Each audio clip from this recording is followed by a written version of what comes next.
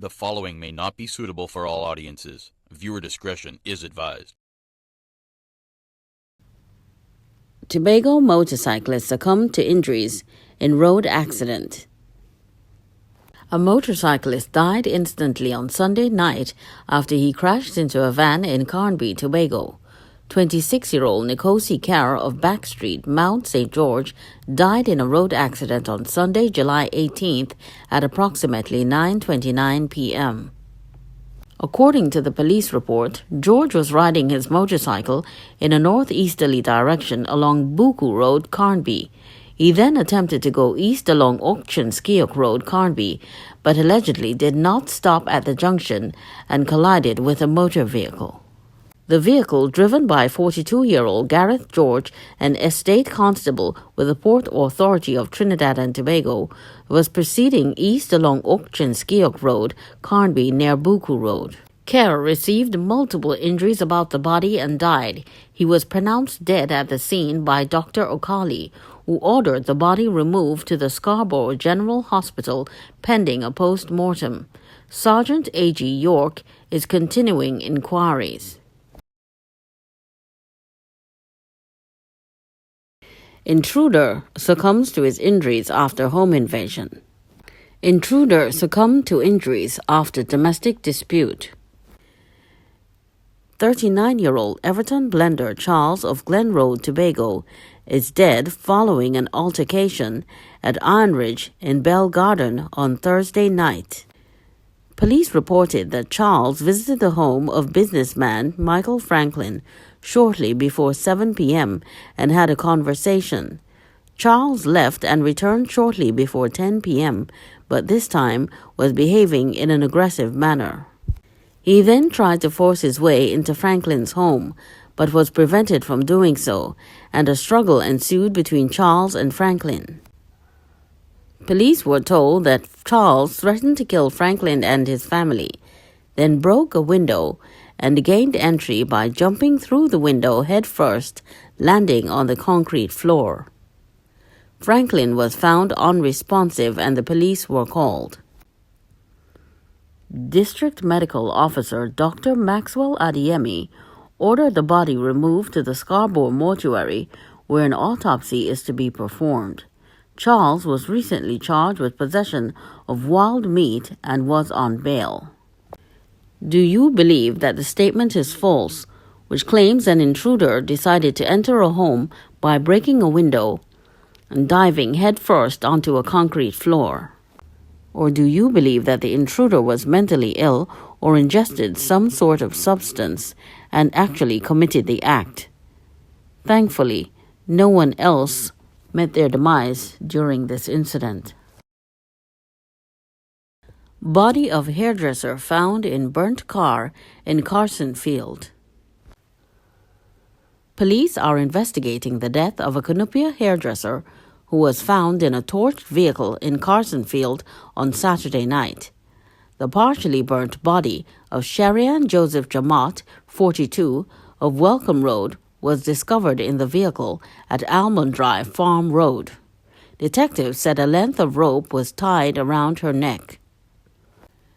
Around 10 p.m., police received a tip-off of a vehicle on fire and went to the isolated farming area where they saw smoke emanating from the vehicle.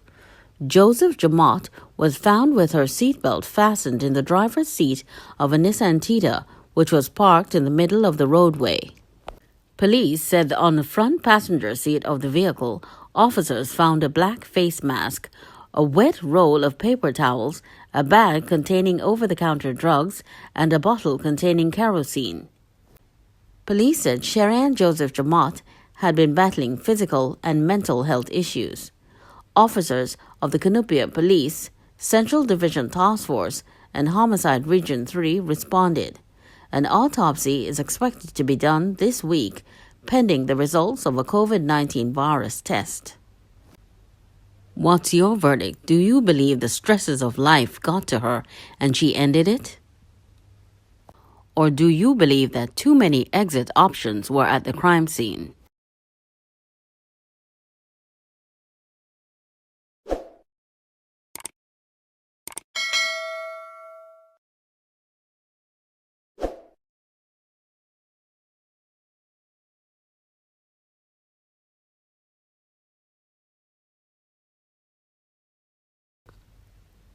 A Rio Claro man and his girlfriend were killed in a vehicular collision on Saturday.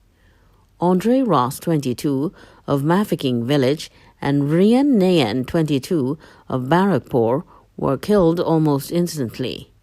Both were graduates of the University of the West Indies. The driver of the other vehicle, a Nissan Fortuner, and his passenger were injured in the crash. The driver was identified as Hans Rajkumar, 69, of Kuva, and his passenger, Diana Najasar, 56, of Barrackpore. They have been hospitalized in stable condition at the San Fernando General Hospital.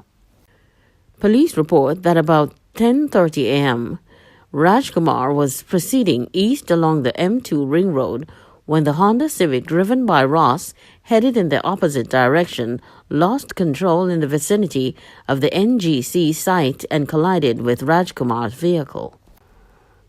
Sergeant Nandlal and officers of the San Fernando Traffic and Police Station and the officers of the Mon Repos Fire Station responded. Sergeant Nandlal is continuing investigations. Just a week before her 23rd birthday, Rian Nayan and her boyfriend Andre Ross died in a car crash along M2 Ring Road in Golconda, the 700-meter strip of roadway known by residents as the Death Strip has claimed more than a dozen lives within the past decade. Ross was a former Guardian Media journalism intern of Mafeking Village, Mayaro, who had a photography business and wanted to become a journalist. The couple had been together for almost 3 years and were described by their families as a match made in heaven. They had gone to San Fernando to buy an alarm and were returning to Nayan's home around 10:30 a.m. yesterday when the Honda Civic in which they were traveling collided with a Toyota Fortuner driven by Habs Rajkumar, 69, a retiree of 589 Macbean Village, Kuva.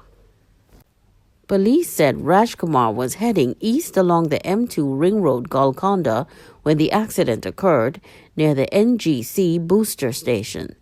The blue Civic driven by Ross was heading in the opposite direction. Nayan and Ross died on the spot. Sergeant Nandlal, Sergeant Ramdhani, and a party of officers visited the scene and took Rajkumar to the hospital. Nayan's father, Stephen, said he was in shock over the accident. "That's my daughter. They went to San Fernando and were coming back home. They went to buy an alarm for the car. We called and the phone rang, but she didn't answer. Then we got a message that they crashed on the ring road," he said. Rian's twin sister, Leanne, said her sister had just finished UWI and was working as an OJT at the Clark Road Hindu School. She had intentions of pursuing her master's after. "We were twins. It was so unexpected. I never expected this," she said. Leanne, who is also doing her master's, said on the night before the accident, her sister assisted her with a presentation for school. "I was preparing for a presentation for my master's, and she sat in the room and made sure I was not nervous. There is nothing we did not do together. I don't know how to continue without her. I don't know life without her," Leanne sobbed. She urged drivers to be more alert on the nation's roads. "I am not even sure who lost control. It is important for everyone to stay safe and always be alert. It doesn't matter if you or them. If you are alert, it could be avoided," she said. She added that she and her sister had a secret language and could not do without each other. She said Ross also worked as an OJT, and although they lived far apart, they always made time for each other. Over the past decade, over a dozen people have died in that area near the NGC booster station. Last year, 39-year-old Prakash Dave Rupnarin of Monroe Road, Chuguanas, and 16-year-old Rishma Rambaran, a student of ASJA Girls College, also died in a vehicular accident in the same area. In June, Ross was featured in the I Believe in Success Foundation online magazine, where he spoke of his challenges in the business world and his drive for success. The graduate in the field of journalism from the College of Science, Technology, and Applied Arts of Trinidad and Tobago, COSAT, said he taught himself photography using YouTube videos and with the assistance of colleagues in the field. He legally registered his business, AR Photography, in 2019, and several of his pictures from photoshoots were featured in the magazine. There was also a captivating photograph of Ross's chocolate chip banana bread, which was featured alongside the statements during the interview that he had made many mistakes in his product before he launched the business within the last year. On his Facebook page, his sister-in-law, Kate Ross, wrote, "Today, we lost an incredible young man, Andre Ross, my 22-year-old brother-in-law, a man budding to deliver to the world a special gift, the extraordinary practice of creative art with a natural gift of entrepreneurship and hustle. Lessons learned and admired when you're the youngest of 9 kids." Member of Parliament for Mayaro, Rushton Paray, expressed his condolences to the Ross and Nayan families. Paray said the Mayaro community has been thrown into mourning.